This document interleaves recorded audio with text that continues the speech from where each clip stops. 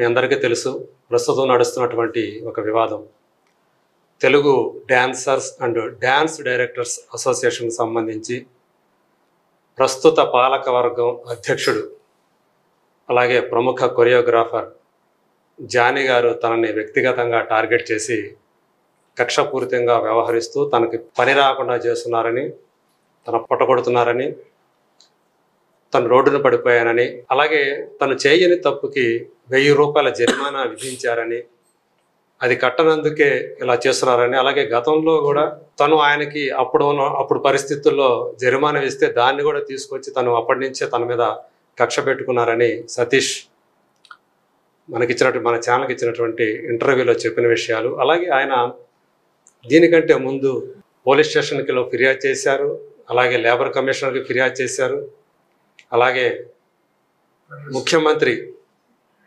రేవంత్ రెడ్డి గారికి ప్రజావాణిలో ఫిర్యాదు చేశారు, అలాగే ఆంధ్రప్రదేశ్ ఉప ముఖ్యమంత్రి పవన్ కళ్యాణ్ గారికి కొరియర్ ద్వారా కంప్లైంట్ చేశారు.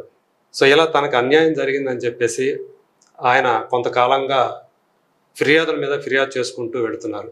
దీనికి సంబంధించి వివరణ ఇవ్వటానికి, అసలు ఏం జరిగిందని చెప్పడానికి స్వయంగా జానీ మాస్టర్ ఇప్పుడు మన ముందున్నారు. ఈ వివాదం గురించి ఆయన ఏం మాట్లాడతారు, ఆయన మాటల్లో తెలుసుకుందాం. నమస్కారం జానీ గారు. సో యాక్చువల్గా మీతోటి మన కన్వర్జేషన్ ఇలా జరగాల్సింది కాదు.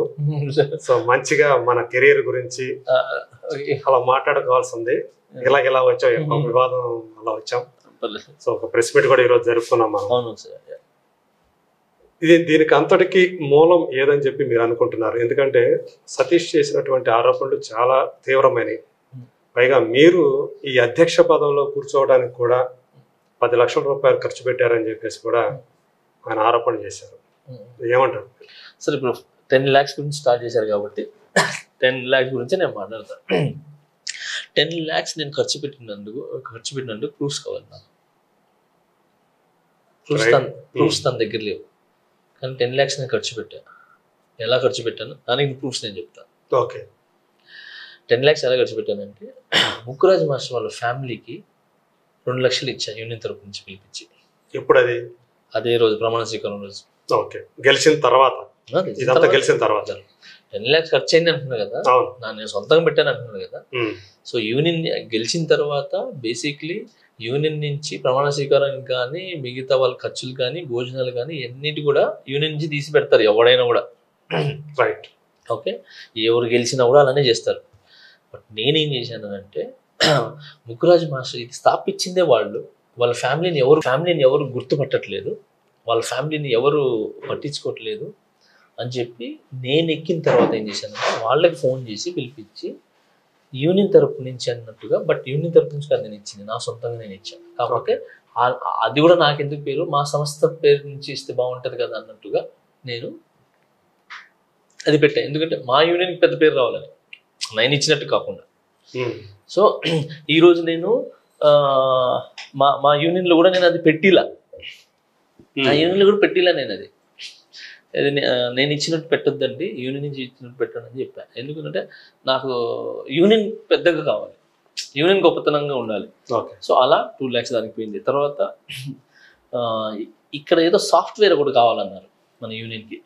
ఆ సాఫ్ట్వేర్ ఏంటంటే, ఇప్పుడు పేమెంట్ వస్తే రాసుకుంటారు, చేసుకుంటారు, ఒకటే వ్యక్తి పాపం ఆయన ఎంతసేపు రాసుకుంటారు. ఇప్పుడు ఇంత టెక్నాలజీ వచ్చింది కదా, ఈ టెక్నాలజీలో ఒక యాప్ జస్ట్ ఓపెన్ చేసి చూస్తే నీకు ఎంత పేమెంట్ వచ్చింది, ఏ షూటింగ్లో నువ్వు ఎక్కడ ఉన్నావు, ఏంటి నీ బయోడేటా ఏంటి, ఎన్ని రావడానికి ఒక యాప్ కావాలా, ఒక ఇది కావాలన్నారు. సో దానికి 1.5 లక్ష దాకా అవుతుంది అన్నారు. సో దానికి 1,20,000 ఎంతో అవుతుంది అన్నారు. దానికి అది కూడా నేను ఇచ్చాను. ఓకే, అది ఒక 2, ఇది ఒక 1.5 అంటే 3.5. సో ఇది ఎగ్జాంపుల్ చెప్తున్నాను మీకు. సో ఇలాంటి అయింది. సో ఈ యూనియన్కి ప్రమాణ స్వీకారం రోజు ఏదైతే ఉందో, యూనియన్ నుంచి 1 రూపాయి తీయకుండా 600 మంది కుటుంబాలకి ఎంతమంది వస్తే అంతమందికి భోజనాలు పెట్టా. 1 రూపాయి యూనియన్ నుంచి తీలా, సొంతంగా. ఎందుకు? ఈ యూనియన్ నన్ను కొరియోగ్రాఫర్గా, జానీ మాస్టర్గా నా తల్లి లాంటిది, నన్ను ఒళ్ళు పెట్టుకొని ఈరోజు పాన్ ఇండియా కొరియోగ్రాఫర్ చేసింది. నాతో పాటు ఆడిన పిల్లలు వీళ్ళందరూ, నాతో పాటు ఉన్న సీనియర్స్ కానీ జూనియర్స్ కానీ వీళ్ళందరూ, వాళ్ళకి ఎప్పుడు నేను ఏమి స్పెషల్గా ఏం చేయలేదు. ఈ సందర్భంగా వాళ్ళందరినీ కూడా నా కుటుంబానికి ఇవ్వాలన్నట్టుగా ₹1 యూనియన్ నుంచి తీయకుండా నేను ఆ రోజు పెట్టింది అది భోజనాలకి అందరూ వచ్చారు. ఓకే, దానికి ఖర్చు అయింది ఇది బాగానే 5 lakhs దాకా ఖర్చు అయింది. ఓకే, ఇదేంటి నా సొంతంగా నాకు ఇష్టం, నా కుటుంబానికి సెలబ్రేషన్. ఓకే, ఇదేంటి ఇక్కడే నో మందు అని అన్నాడు కదా, మందు అయిపించని ఫ్యామిలీలు వచ్చారు. ఓకే, మందు కింద ఏమీ లేదు, ఫ్యామిలీలు వచ్చారు. 4:30 దాకా ఉన్నారు, 4:30 తర్వాత వెళ్ళిపోయినారు. నైట్లు కూడా పోలే ఎవరు. 4 అయిపోయింది కదా, 4కి ఫినిష్ అయిపోయింది, వెళ్ళిపోయినారు అందరు, ఫ్యామిలీలతో వచ్చారు చెప్తున్నారు. సో అడిగి అయిపోయింది.